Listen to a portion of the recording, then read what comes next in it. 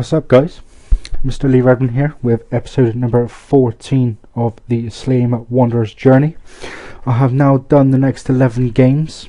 It's not gone too badly, to be fair. So let's get straight into the fixtures to check them all out. So my last game was the 1-0 win against Hibernians. So we started off the section with a very good win against league leaders Quarmy. We didn't do it the easy way though. Ahuachu missed a penalty in the first 5 minutes for us. To make matters worse, Quarmy then took the lead 7 minutes before half time to go 1-0 up, and we stayed like that until the half time. To make matters even worse, my right back Alex Muscat decided to get a straight red in the 63rd minute, so we're down to 10 men and 1-0 down. However, we managed to pull it out of our asses, basically. Ariel Ladowsi put us level in the 71st minute. And right on the stroke of full time, Steve Tabon scored a goal and gave us a 2-1 win to claw our way back against the league leaders. So all in all, I'd say we deserved it. It's 13 shots to 9 in our favour, 5 shots to 1 on target in my favour, and I had 58% of the possession. We then played Valletta in the second big derby of the season, and we come away with another 3 points. And check out that score. They took the lead through Thiago in the 16th minute. Joselito pulled us level with 15 minutes to go before half time, and we held it at 1-1 till half time. 3 crazy minutes in the second half helped put us in control. Joselito made it 2-1 just 60 seconds after half time. And then 3 minutes later, Steve Talbot got his second important goal of the second important goal in 2 games to put us 3-1 up. Thiago did pull one back for them in the 73rd minute to give them hope. However, Joselito went straight up the other end 6 minutes later to complete his hat-trick and complete a 4-2 win. That's 2 games against Valletta this season, 9 goals to 2 on target, or 9 goals to 2 on aggregate, in my favour. I had 20 shots to 10 in my favour, 7 shots to 4 on target to me, and I had 53% of the possession. We then followed that up with our second cup win of the season, 2-0 against Naxar Lions. 0-0 at half time, but then 2 goals in 3 minutes, Stefano Biancardi put us 1-0 up, and then Steve Tabone got his 3rd goal in 3 games to make it 2-0, and we'd never looked back. So 16 shots to 5 to me, 8 on target to their 2, and I got 56% of the possession. So we're then through to the quarterfinals of the cup. We then hit a bit of a bad patch as we drew 1-1 with Hibernians. Miguel Chiantar put Hibernians 1-0 up on the half-hour mark, and that's how we went in at half-time. In the second half, Barbetti equalised just 3 minutes after the hour mark, but with 27 minutes to go, we weren't able to find the second goal, and we were able to keep Hibernians out. We ended up drawing 1-1. 7 shots to 4 to me, 3 shots on target to their 2.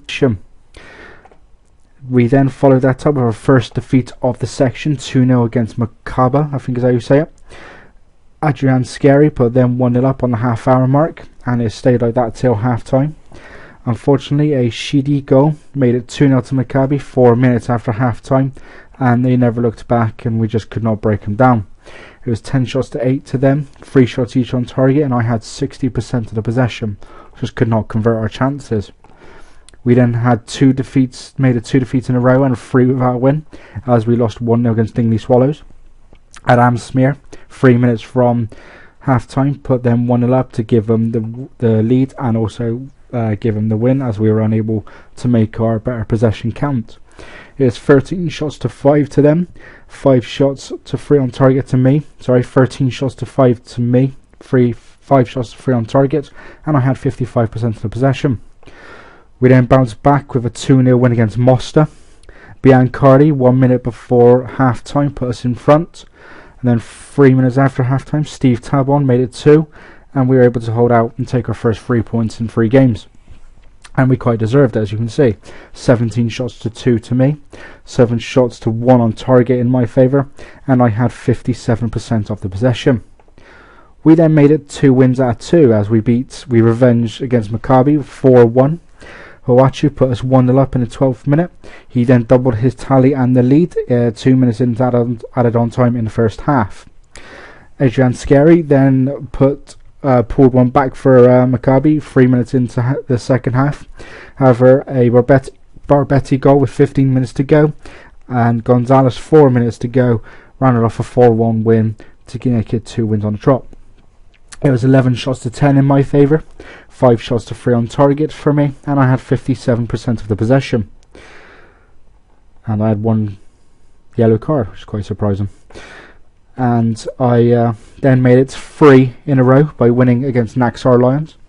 A Jonathan Maggrove goal, my centre back scoring, with 12 minutes to go before half time, giving us the only goal of the game and another 3 points. We had 15 shots to their 11, 3 shots on target to their 2, and they had 51% of the possession. So that was 3 wins on the spin. We unfortunately couldn't make it 4 as we drew 0-0 with Balzan Youths. The only highlight of note was an injury to Konsani for Balzan. It was 7 shots to 6 to me, 3 shots to 2 on target in their favour, and I had 54% of the possession. We then made it 2 wins without win, as we then lost 2-1 the home to Vitarosa Stars. Herrera put them 1-0 up in the 36th minute, and we went in 1-0 down at half time.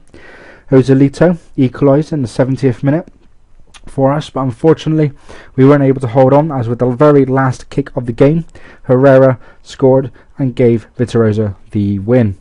It was 10 shots to 7 in their favour, 5 shots to 3 on target in their favour, but I had 59% of the possession.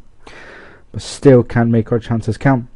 We then managed to get 3 points in the final league game of this section. Konsani put Balzan 1-0 up in the 9th minute. Joselito equalised with 2 minutes, just 2 minutes later.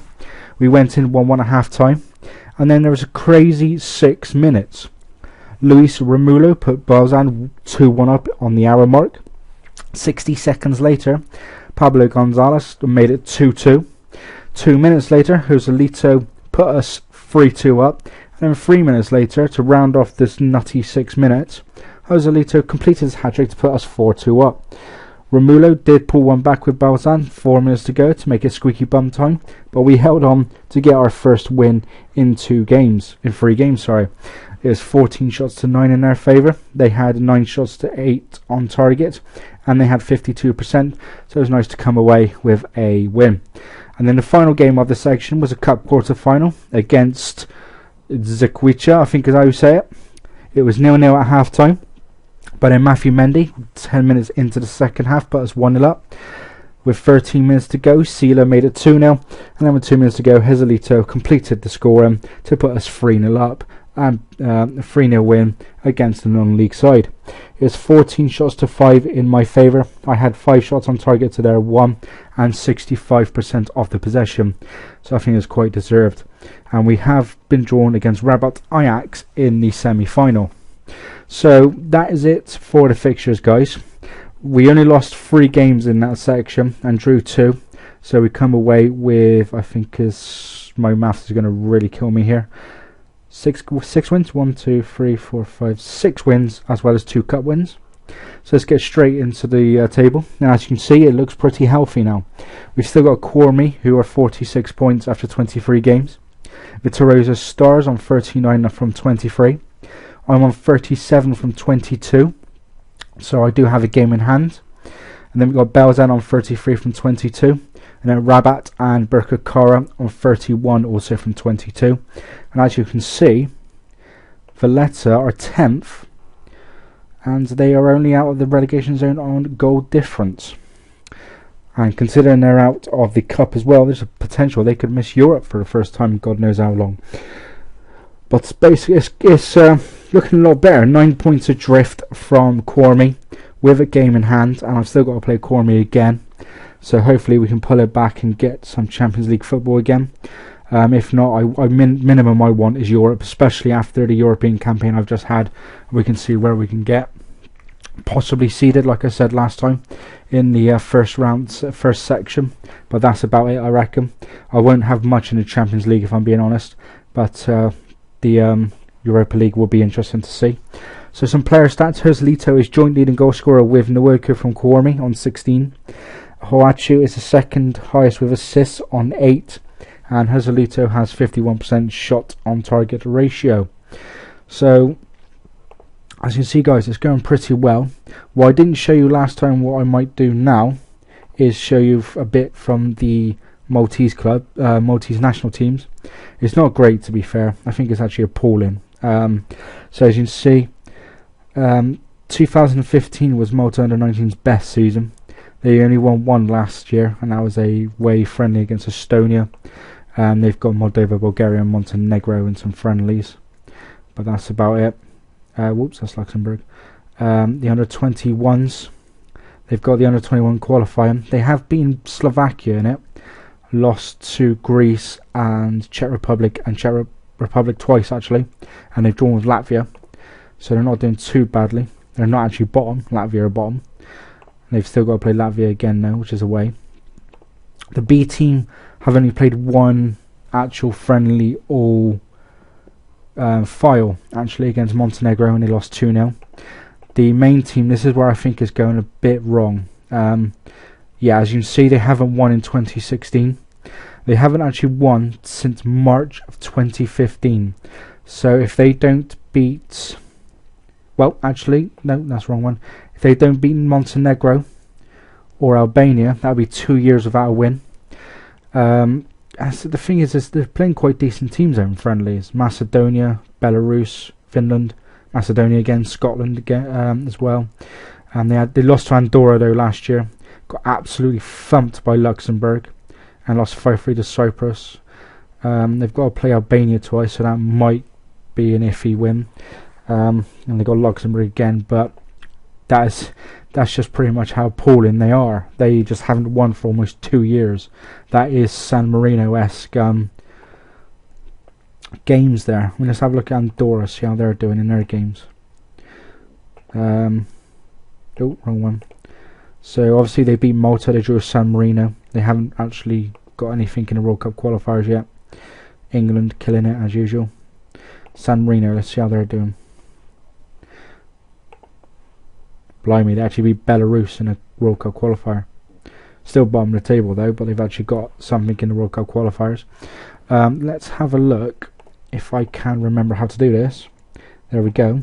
See where Malta are in the rankings. So